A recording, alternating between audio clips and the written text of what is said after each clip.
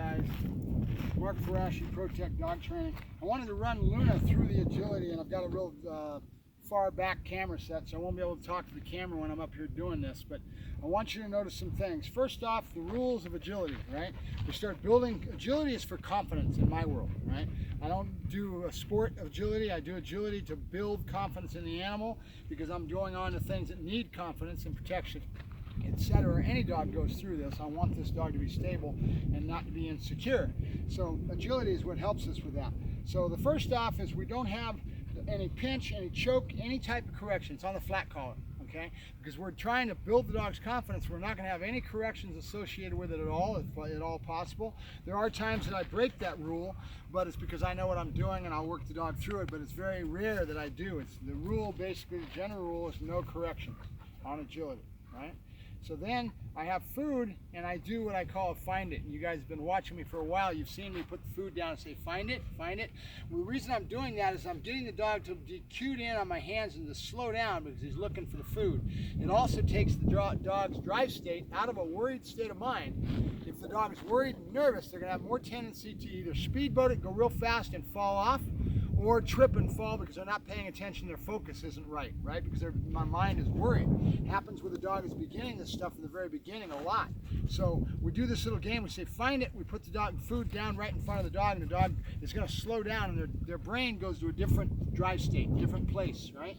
So that's what we're worried about. Same thing that we're doing when we do the environmental, and I'm doing toys as a way of redirecting the dog and never let them get to that worried state of mind when they're out there getting environmental put on them, and you're starting to build them for that, right? Where I'm shaking the dog out, right? When I told you shaking the horse out, we talked about that before, right? So that's what this is. I'm going to show you this one, and then I'm going to probably have to come over and I'll move the camera. It'll be a little awkward because nothing's cut, no music, any of that. So we just do it rough. It is what it is. No hiding on this in this world because we don't cut, we don't slice. All right, let's go. Luna, you ready? Ready? Let's go. Come on. Are you ready? Ready? Good. Go.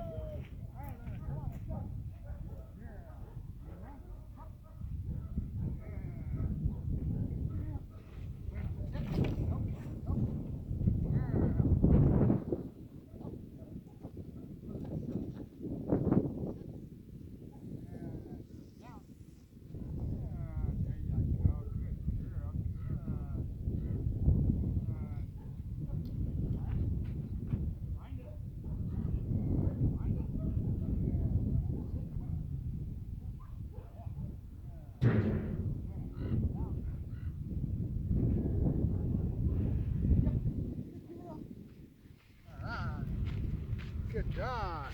All right, so another thing you saw that she tripped and fell off the board. We always come back at it again. We also do things in sets of 2s and 3s a lot of times. I'll do it once, then I'll come back and I'll do it again, okay? So that's important. Now I'm going to move the camera now. We'll show you these other benches and see if we can get this thing going to the other stuff on the agility course here. All right, so now we're here. There we go. That should give you the bridge. Nice. All right, so here we go. All right, Luna, come on. Yeah.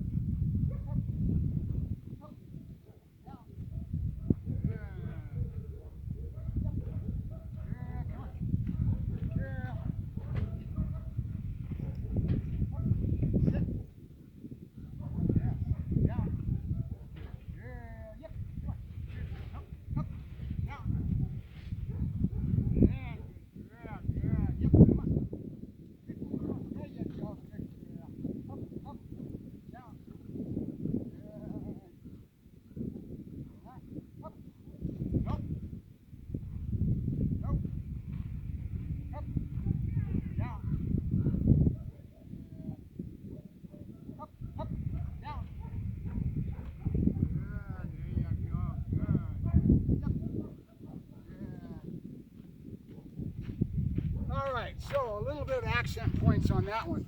When I was going over, I'm trying to get the dog down as I'm walking. So I find that these are really nice because we're in movement and we start going intermittently. From the one, I might do down on the first one, I might do a sit, then a down, go jump to the next one, then the next one I'll spiss it and I'll say down again. It gets the dog used to that down on the walk, down on the run, down in the recall, whatever you want to call it. Down in movement is really what it is. The dog is moving and then they expect it to down. So you notice me walking backwards.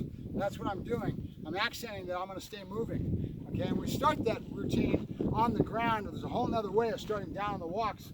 But I find that this little play games help with me being able to transfer that and generalize it in other areas, right? Right now, she's not generalized with that. She wouldn't understand that anywhere else except what's going on here in the agility. But it's a good primer. It's a good primer where it's the start of something and you can convey the thought to the dog of what you're going to be doing later. So it's important. She goes across everything. She even goes up those stairs, the high stairs. All right, I'll talk to you guys later. Have a good day. Luna and Mark Ferrasci with ProTech Dog Training. Bye-bye.